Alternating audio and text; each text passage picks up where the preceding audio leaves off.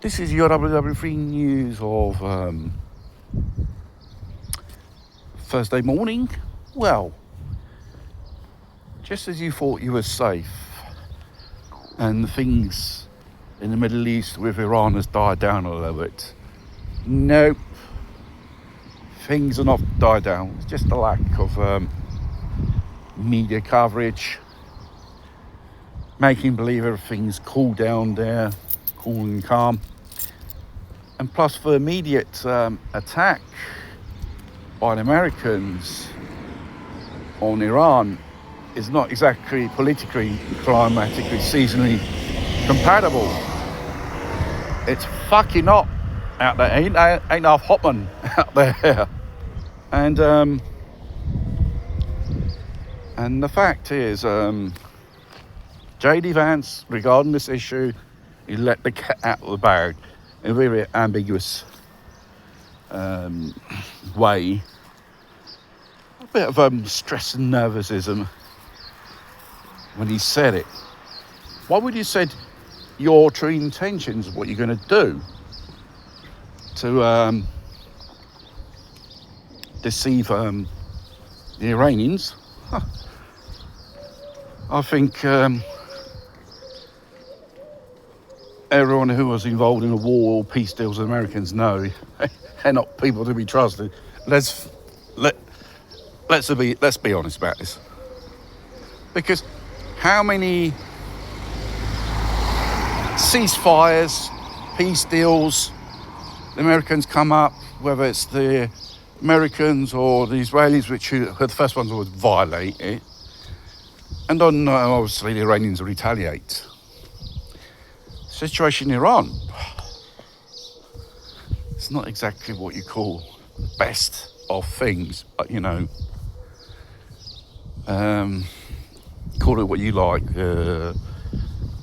religious regime, but the people do rally around their Ayatollah, so they are a very compact society in certain things. And I heard on the radio, yesterday here in Italy, finally the Iranians are giving up their nuclear technology. And I said to myself, what about other bullshit? Because Americans, it looks like they're going in to a full-scale escalation. Time is not right. There's the midterm elections, the strategic reserves sold on the market to keep the price of oil artificially low, because otherwise tensions and wars do influence on the price of oil at the end of the day, and obviously on our pockets when we fill up our cars. So, what can we expect?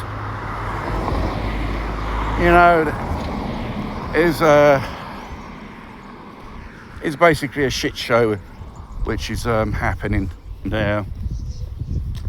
It's obvious they have to deceive the world, otherwise if they know the truth, the world just go in chaos. And the Americans, Trump, the Federal Reserve, they have to switch on their money printing machine to print more inflation because they need extra cash, probably for the economy or some type of war economy. And Europe, with NATO, Ukraine and Russia, things are a bit silent. Putin made a very interesting speech to indicate he's probably going to pull the finger out his butt and start doing something about Europeans and NATO attacking their country, using Ukraine is using European-made drones. It's a bit like an act of war normally declared. It's a proxy war. Proxy wars, there's no rules written on the international law, believe it or not. Proxy wars, there's a lot more better. You have other people fighting your wars. And the flow of billions of dollars to Kiev continues. And they're saying Ukraine is winning. How come Ukraine is winning? They haven't a shit bean out of them. If Putin and the Russians decided, said, listen, let's finish off this fucking job and hammer the fucking shit out of these cunts. And you know, probably it's a trap for the West to be lured into some type of war with the Russians. Then the Russians are legitimate to retaliate. You've been destroying our civilian infrastructure, but the battlefield is on Ukraine, not in Russia. And obviously they're attacking Crimea. And the Russians have to make that move on that end, because turn Western Ukraine into a dumpstead off-road nation, which has any more access to seaports in the future. Odessa, where weapons are coming by sea, and obviously on the land through NATO countries.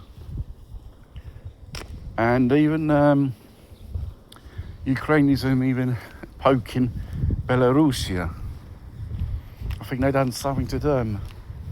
They attacked with their drones a bus full of Belarusian children. And they could get involved. I think they're already involved. That's why they're hosting the nukes on their turf, Russian nukes. It's always under Russian control anyway, so.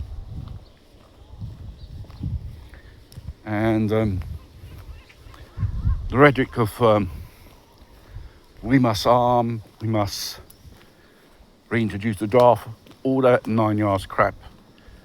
It may have died down, but in the background they are preparing. Europe is preparing for war with Russia.